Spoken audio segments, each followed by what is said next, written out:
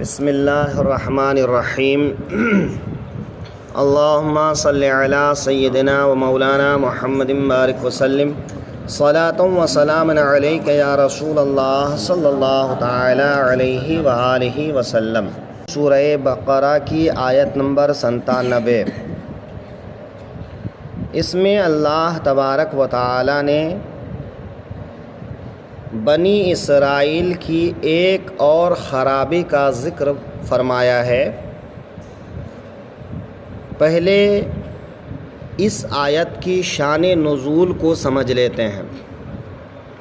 شان نزول کس کو کہتے ہیں پہلے یہ سمجھ لیجئے۔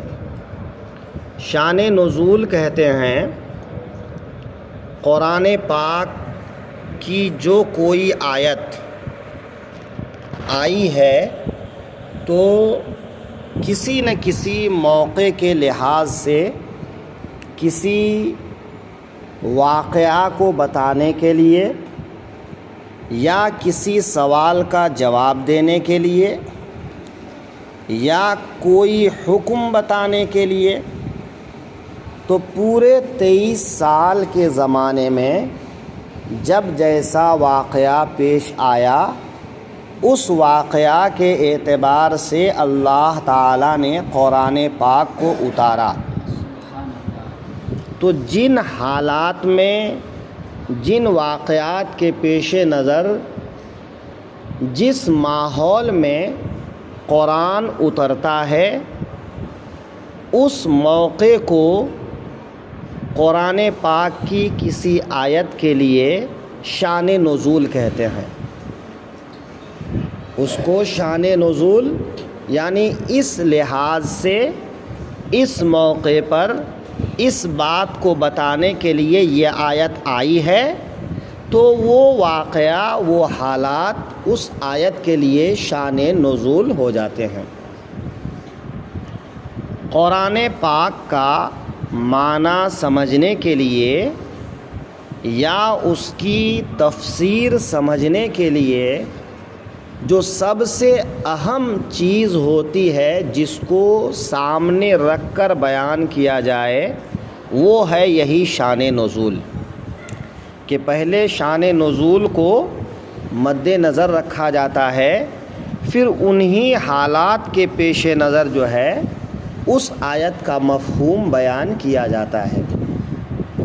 اسی طرح حدیث پاک تو پوری زمانے رسالت میں حضور صلی اللہ علیہ وسلم نے جو احادیث بیان فرمائے وہ بھی کسی نہ کسی پس منظر میں بیان فرمائے، کہ کبھی سوال ہوا، کبھی کوئی حادثہ پیش آیا، کبھی کوئی واقعہ نمودار ہو گیا، تو اسی پر حضور نے حدیث بیان فرمائی۔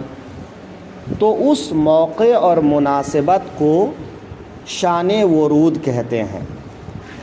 تو قرآن جس موقع پر نازل ہوا اس کو کہیں گے شان نزول، اور حدیث جس موقع پر بیان کی گئی اس کو کہیں گے شان ورود۔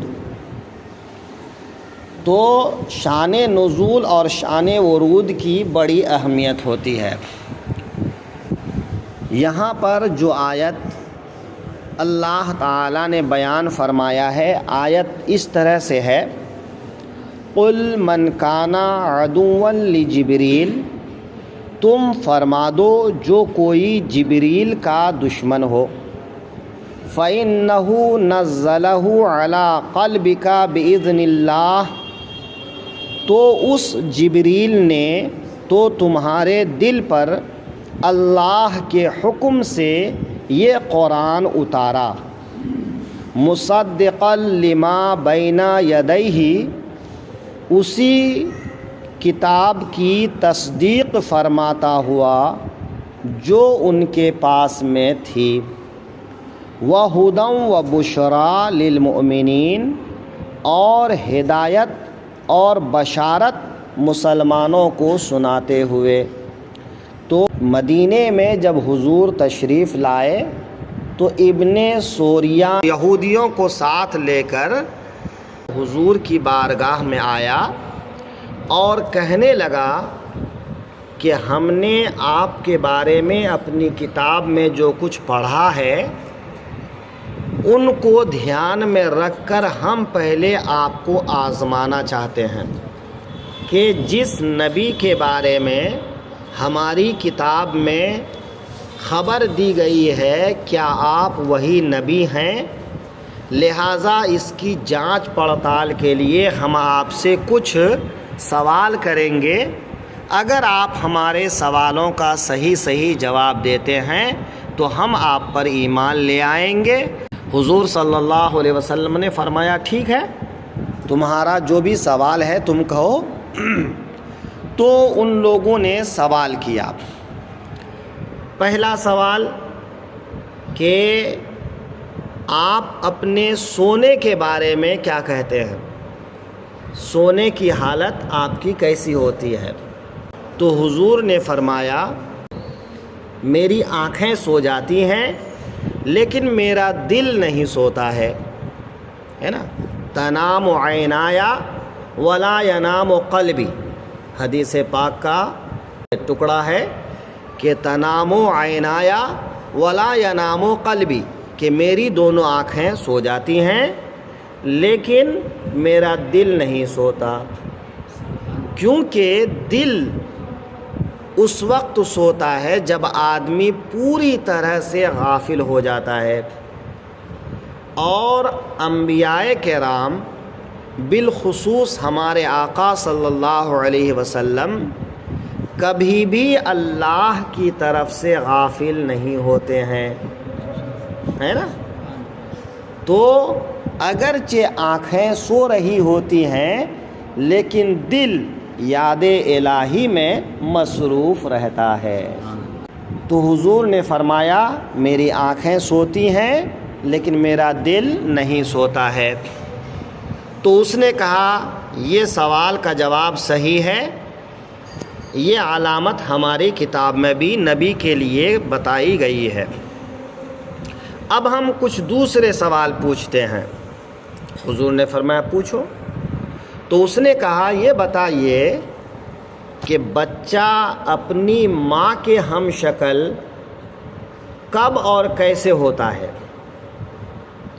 آپ دیکھتے ہیں کہ کبھی بچہ باپ کی شکل میں ہوتا ہے اور کبھی دادا چچا اس خاندان کی شکل پر ہوتا ہے، رنگ پر ہوتا ہے، اور کبھی بچہ جو ہے ماں کی شکل پر ہوتا ہے یا نانا ماموں ان کی شکل پر ہوتا ہے۔ تو بچے عام طور پہ ایسا ہوتے ہیں، لیکن یہ کوئی ضروری نہیں ہے کہ بھئی کالے ماں باپ کے گھر میں گورا بچہ پیدا ہو سکتا ہے، گورے ماں باپ کے گھر میں کالا بچہ پیدا ہو سکتا ہے۔ اس کی وجہ سے کسی کے کردار پر شک و شبہ کرنا جائز نہیں ہے۔ ہاں لیکن عموماً ایسا ہوتا ہے کہ بچہ یا تو دادا کے خاندان پر جاتا ہے، باپ کے خاندان پر جاتا ہے، یا پھر ماں کے خاندان پر جاتا ہے، نانا کے خاندان پر جاتا ہے۔ تو بچہ ماں کی شکل میں کب اور کیوں ہوتا ہے؟ تو اس کا جواب حضور فرماتے ہیں کہ یہ باپ اور ماں کے ملن کے بعد دونوں کی جو مادہ تولید ہوتی ہے اس کے لحاظ سے بچہ ہوتا ہے، کہ کبھی باپ کا مادہ غالب ہوتا ہے تو باپ کی شکل میں ہوتا ہے، یا باپ کا مادہ ماں کے رحم میں پہلے پہنچ جاتا ہے تو بچہ باپ کی شکل کا ہوتا ہے، یا اگر ماں کا مادہ غالب ہوتا ہے تو بچہ ماں کی شکل پر ہوتا ہے، یا اگر ماں کا مادہ جو ہے رحم میں جلدی پہنچ جاتا ہے تو ماں کی شکل میں ہوتا ہے۔ تو مطلب یہ ہے کہ یہ دونوں کے آپس میں ملاپ میں جو ایک خاص کیفیت ہوتی ہے اسی کیفیت کے لحاظ سے جو ہے بچے کی پیدائش ہوتی ہے، بچے کی تولید ہوتی ہے۔ اس پر جو ہے بچہ کبھی جرأت مند ہوتا ہے، کبھی کمزور ہوتا ہے، کبھی ڈرا ڈرا سا رہنے والا ہوتا ہے، کبھی مردانہ قوت والا ہوتا ہے اور کبھی جو ہے عورتوں کی طرح کمزور دکھنے والا ہوتا ہے، اس کی بھی بہت ساری وجوہات ہے۔ بہت پہلے جو ہے اپنے استاد کے بینچ پر ایک کتاب میں نے پڑھا تھا، تو اس میں یہ لکھا ہوا تھا کہ ماں کے رحم کے اندر اللہ تبارک و تعالی نے بہت سے ایسے جو ہے خانے بنا کے رکھے ہیں۔ بھئی ان کو ہم آسان لفظوں میں یہی کہہ سکتے ہیں کہ ماں کے رحم میں جب بچہ قرار پاتا ہے تو اس میں بچہ کس خانے سے قریب ہوتا ہے، اس لحاظ سے بھی جو ہے بچے کے اوپر اثر پڑتا ہے۔ تو اب یہ بہت پرانی بات ہو گئی، کتاب کا نام مجھے یاد نہیں رہا، لیکن میں نے جو ہے ایسا پڑھا تھا۔ تو دیکھتے ہیں آپ کہ ہر بچہ ایک جیسا نہیں ہوتا ہے، تو اس طرح سے جو ہے ماں کے کھان پان، ماں کے بول چال، ماں باپ کے عادات و اطوار، ان چیزوں کا بھی بچوں پر اثر ہوتا ہے۔ اسی لیے کہا جاتا ہے کہ ماں باپ کو اچھا کردار کا مالک ہونا چاہیے تاکہ بچہ اچھے کردار کا مالک ہو۔ دوران حمل ماں کو اچھا کام کرنا چاہیے، برے کاموں سے بچنا چاہیے تاکہ اس کا بچے پر اثر ہو۔ تو بہرحال حضور نے بیان فرمایا کہ بچہ ماں باپ کے ملن سے اور ان کے مادہ تولید کے آگے پیچھے ہونے یا جلدی پہنچنے یا غلبہ پانے کے حساب سے بچہ پیدا ہوتا ہے۔ اس نے کہا ٹھیک ہے، یہ جواب بھی درست۔ کہا اچھا اب یہ بتائیے کہ بچے کا کون سا عضو یعنی کون سا حصہ کس چیز سے بنتا ہے؟ باپ کے مادہ تولید سے کیا بنتا ہے اور ماں کے مادہ تولید سے کیا بنتا ہے؟ تو حضور نے فرمایا کہ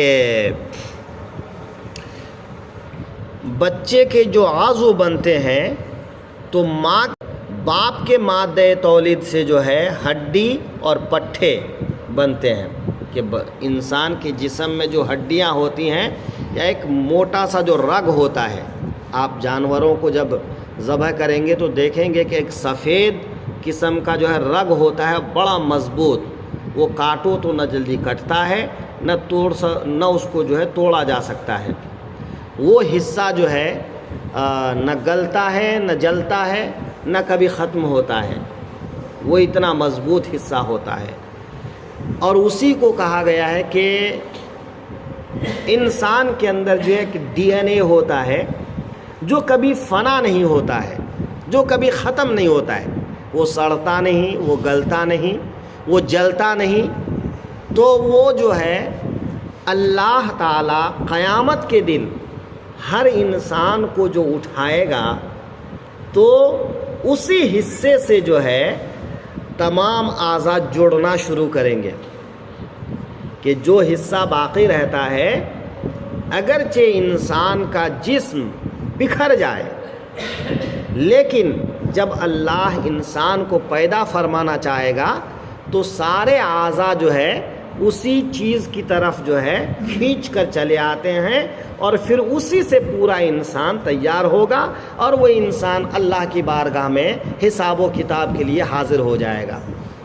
تو انسان مرنے کے بعد اٹھایا جائے گا، اس کا ایک بہت بڑا ثبوت یہ ہے کہ انسان کے جسم میں ایک ایسی چیز ہے کہ سب کچھ ختم ہونے کے بعد بھی وہ چیز ختم نہیں ہوتی، وہ چیز باقی رہ جاتی ہے نا۔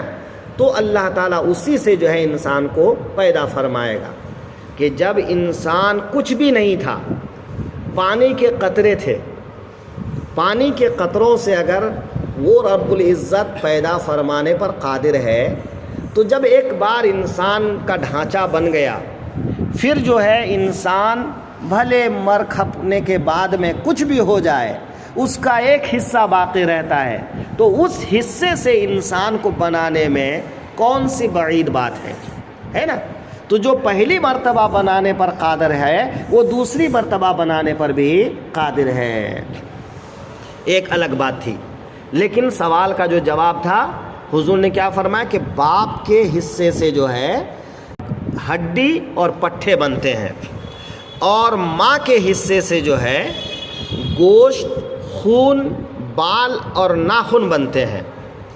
تو اس نے کہا ہاں ٹھیک ہے، یہ بھی جواب بالکل درست ہے. پھر اس نے سوال کیا کہ یہ بتائیے کہ جنتیوں کو جو پہلا کھانا دیا جائے گا وہ کھانا کیا ہوگا؟ کہ جنت میں جانے کے بعد پہلا کھانا انسان کو کیا ملے گا؟ تو حضور صلی اللہ علیہ وسلم نے فرمایا کہ مچھلی اور بیل کا گوشت، مچھلی اور بیل کا گوشت. بعض حدیثوں میں آیا ہے کہ مچھلی کے جگر کا ایک بڑھا ہوا حصہ ہوتا ہے، تو وہ حصہ مچھلی کے جگر کا بڑھا ہوا حصہ، یا یہ کہا جاتا ہے کہ ایک ایسی مچھلی ہے جس مچھلی پر یہ پوری زمین ٹکی ہوئی ہے، کہ اس کی پیٹھ پر جو ہے پوری زمین ٹکی ہوئی ہے. تو جس مچھلی کی پیٹھ پر یہ پوری زمین ٹکی ہوئی ہے اسی مچھلی کے جگر کا حصہ سب سے پہلا کھانا ہوگا. خلاصہ یہ ہوا کہ حضور نے جواب میں کیا ارشاد فرمایا کہ مچھلی کا جگر، چاہے وہ عام مچھلی ہو چاہے وہ خاص مچھلی ہو، تو مچھلی کا گوشت اور بیل کا گوشت ہوگا. زمین کی روٹی یعنی زمین کی روٹی، تو یہ سالن کے طور پر وہ، اور روٹی کے طور پر زمین کی روٹی. اب اس نے ایک سوال اور کیا کہ یہ بتائیے کہ یعقوب علیہ السلام نے اپنے اوپر کون سی غذا حرام فرمائی تھی، کہ انہوں نے اپنے لیے کیا حرام کر لیا تھا؟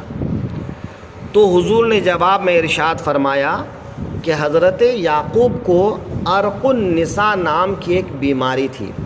عرق النساء جو ہے ایک بیماری ہوتی ہے جو کمر کے پاس سے ایک درد شروع ہوتا ہے، اور وہ درد پورے پیر میں اور کبھی پورے جسم میں پھیلتا ہے، وہ ناقابل برداشت درد ہوتا ہے. اس بیماری کی وجہ سے حضرت یعقوب علیہ السلام نے جو ہے اللہ کی بارگاہ میں منت مانگی کہ اگر اللہ تعالیٰ نے مجھے اس بیماری سے نجات عطا فرمایا، شفا عطا فرمایا، تو میں اپنی محبوب اور مرغوب غذا کھانا چھوڑ دوں گا، اونٹ کا گوشت اور اونٹ کا دودھ. تو انہوں نے اپنے لیے اونٹ کا گوشت اور اونٹ کا دودھ جو ہے منع کر لیا تھا، حرام کر لیا تھا، وہ نہیں کھا رہے تھے. اچھا، اب جو ہے کہا ٹھیک ہے، یہ بھی جواب درست ہے. اب اور کچھ سوال ہے. آپ کا رفیق اور غم گسار کون سا فرشتہ ہے، اور وہ کون سا فرشتہ ہے جو اللہ کا پیغام لے کر آپ کے پاس میں آتے ہیں؟ تو حضور صلی اللہ علیہ وسلم نے فرمایا حضرت جبریل علیہ السلام، کہ وہ تمام نبیوں کے پاس میں وحی لے کر آتے تھے، اور میرے پاس بھی وہ وحی لے کر آتے ہیں، اور وہی ہمارا مونس اور غمگسار ہے. یہاں سے یہود ابن سوریہ نے کیا جواب دیا؟ کہا یہ تو ہمارا دشمن ہے. معاذ اللہ. کیا بولا؟ کہ جبرائیل ہمارا دشمن ہے اور یہ ہمارے اوپر عذاب لاتا رہا ہے، اور اسی کی وجہ سے ہم پر جو ہے ہر طرح کے عذاب آتے رہے ہیں. اور معاذ اللہ کہ اس نے جو ہے وحی پہنچانے میں غلطی کی، کہ وحی سارے انبیاء بنی اسرائیل میں پیدا ہوئے، تو یہ آخری نبی بھی بنی اسرائیل میں آنا چاہیے تھا، لیکن یہ غلطی سے جو ہے بنی اسماعیل میں لے کر وہی چلا گیا اور آپ کو نبی بنا دیا. اگر میکائیل فرشتہ وحی لاتے اور آپ کا دوست ہوتے تو ہم ایمان لے آتے، کیونکہ پانی برساتا ہے، وہ خوشحالی لاتا ہے، اور جبریل تو جو ہے عذاب لاتے ہیں، لہذا ہم جو ہے ایمان نہیں لائیں گے. تو ابن سوریہ اپنی پوری جماعت کے ساتھ میں جو ہے مکر گیا اور کہنے لگا کہ ہم ایمان نہیں لائیں گے۔ تو اسی واقعہ کو اللہ تعالیٰ نے بیان فرمایا کہ جو جبرائیل کو اپنا دشمن جانے وہ اللہ کا دشمن ہے نا، کیونکہ جو ہے حضور صلی اللہ علیہ وسلم نے فرمایا کہ اللہ کی بارگاہ میں جو دو فرشتے سب سے زیادہ مقرب ہیں وہ کون ہیں؟ جبرائیل اور میکائیل، کہ جبرائیل دائیں طرف ہوتے ہیں اور میکائیل جو ہے بائیں طرف ہوتے ہیں، اور اللہ دونوں پر تجلی فرماتا ہے۔ تو جب دونوں اللہ کی بارگاہ میں مقبول ہیں تو ایک دشمن ہو اور ایک دوست ایسا کیسے ہو سکتا ہے نا؟ لہٰذا جو ایک فرشتے کا دشمن ہوگا وہ دوسرے کا بھی دشمن ہوگا، اور جو ان دونوں فرشتوں کا دشمن ہوگا تو یہ دونوں فرشتے اللہ کی بارگاہ میں مقبول ہیں تو اللہ کا بھی دشمن ہوگا، ہے نا؟ تو اس طرح سے جو ہے کہا کہ ہم ایمان نہیں لائیں گے۔ اچھا، ایک بات اس نے اور کہا کہ یہ جبرائیل جو ہے ہمارے اوپر تو عذاب لاتے رہے ہیں۔ ہم کو ایک پتہ چلا تھا کہ ایک لڑکا عراق میں پیدا ہوگا جس کا نام بخت نصر ہوگا، اور وہ لڑکا بیت المقدس کو تباہ برباد کر دے گا۔ تو ہم نے کچھ لوگوں کو بھیجا عراق کہ اس بچے کو ڈھونڈ کر قتل کر دے تاکہ وہ ہم کو ہلاک و برباد نہ کر پائے، بیت المقدس کو خراب نہ کر پائے۔ اور ہم نے کچھ یہودیوں کو بھیجا، انہوں نے اس بچے کو پا لیا۔ وہ قتل ہی کرنا چاہتے تھے کہ جبرائیل آئے اور اس بچے کو بچا لیا، اور اس بچے نے جو ہے بڑے ہو کر یہودیوں کا قتل عام کیا اور بیت المقدس کو برباد کیا۔ لہٰذا جبرائیل جو ہے ہمارا دشمن ہے کہ اس نے اس بچے کو نہ بچایا ہوتا تو ہم اتنے قتل نہ کیے جاتے۔ اور تاریخ کے مطابق جو ہے بخت نصر نے بہت زیادہ یہودیوں کو قتل کیا تھا، ہے نا؟ تو بخت نصر اگرچہ یہودیوں کو قتل کیا تھا لیکن یہ قتل جو ہے یہودیوں کے کرتوتوں کے عذاب میں تھا، چونکہ جو اللہ کے فرشتے کو دشمن قرار دے وہ کتنی خطرناک قوم ہو سکتی ہے، لہذا اللہ نے اس قوم کو ہمیشہ ذلیل اور رسوا کیا۔ یہ تو شان نزول کا ایک حصہ ہوا۔ اب شان نزول کا ایک اور حصہ بیان کرتے ہیں۔ ایک دوسری روایت ہے، اور ممکن یہ ہے کہ دونوں بات صحیح ہو۔ دوسری روایت یہ ہے کہ مدینے کے باہر جو ہے حضرت عمر رضی اللہ عنہ کی زمین تھی، تو وہ اپنی زمین میں کھیتی کے لیے جایا کرتے تھے، اور وہیں ان کی زمین کے پاس میں جو ہے یہودیوں کا ایک مدرسہ تھا۔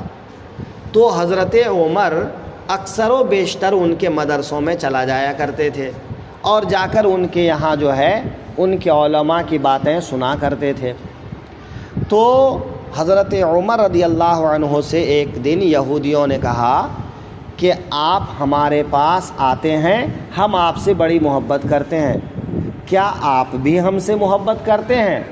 اور بالکل ہم سے محبت کرتے ہوں گے، اگر محبت نہ کرتے تو آپ ہمارے پاس نہیں آتے۔ تو حضرت عمر نے فرمایا، سنو، میں تم لوگوں سے محبت نہیں کرتا ہوں، میں تمہارے علماء سے تمہاری کتاب کی بات سنتا ہوں اور یہ سمجھنے کی کوشش کرتا ہوں کہ تمہاری کتاب میں میرے محبوب صلی اللہ علیہ وسلم کے بارے میں کیسی تعریف کی گئی ہے، اور اتنے دنوں میں نے اپنے رسول کی بہت سی تعریف تمہاری زبانوں سے سنا ہے، لہٰذا میرا ایمان اپنے رسول پر اور پکا ہو گیا ہے، لہٰذا میں اپنے محبوب کی تعریف سننے کے لیے تمہارے پاس آتا ہوں، تمہاری محبت میں تمہارے پاس نہیں آتا ہوں، ہے نا؟ تو اسی طرح سے جو ہے جب ان لوگوں نے کہا تو ممکن یہ ہے کہ دونوں واقعہ ایک ساتھ میں پیش آیا ہو، ہے نا؟ کہ ابن سوریہ حضور کے پاس آیا ہو اور اس نے سوالات بھی کیا ہو، اور ادھر حضرت عمر بھی گئے ہوں اور حضرت عمر کے ساتھ بھی یہ واقعہ پیش آیا ہو۔ تو اس واقعہ کے پس منظر میں یہ آیت نازل ہوئی اور اللہ تعالیٰ نے ارشاد فرمایا قُلْ مَنْ كَانَ عَدُوًّا لِجِبْرِيلَ فَإِنَّهُ نَزَّلَهُ عَلَىٰ قَلْبِكَ بِإِذْنِ اللَّهِ مُصَدِّقًا لِمَا بَيْنَ يَدَيْهِ وَهُدًى وَبُشْرَىٰ لِلْمُؤْمِنِينَ، تم فرما دو جو کوئی جبریل کا دشمن ہو تو اس جبریل نے تو تمہارے دل پر اللہ کے حکم سے یہ قرآن اتارا، اس کی کتابوں کی تصدیق فرماتا ہوا اور ہدایت اور بشارت مسلمانوں کو دیتا ہوا۔ انشاءاللہ اس آیت پر جو ہے عالمانہ جو تفسیر کی جاتی ہے وہ کل کی جائے گی، لیکن آج کی تفسیر میں اتنا پتہ چلا کہ کسی بھی آیت کے شان نزول کو سمجھنا بہت ضروری ہے تاکہ اس کے معنی کو متعین کیا جا سکے۔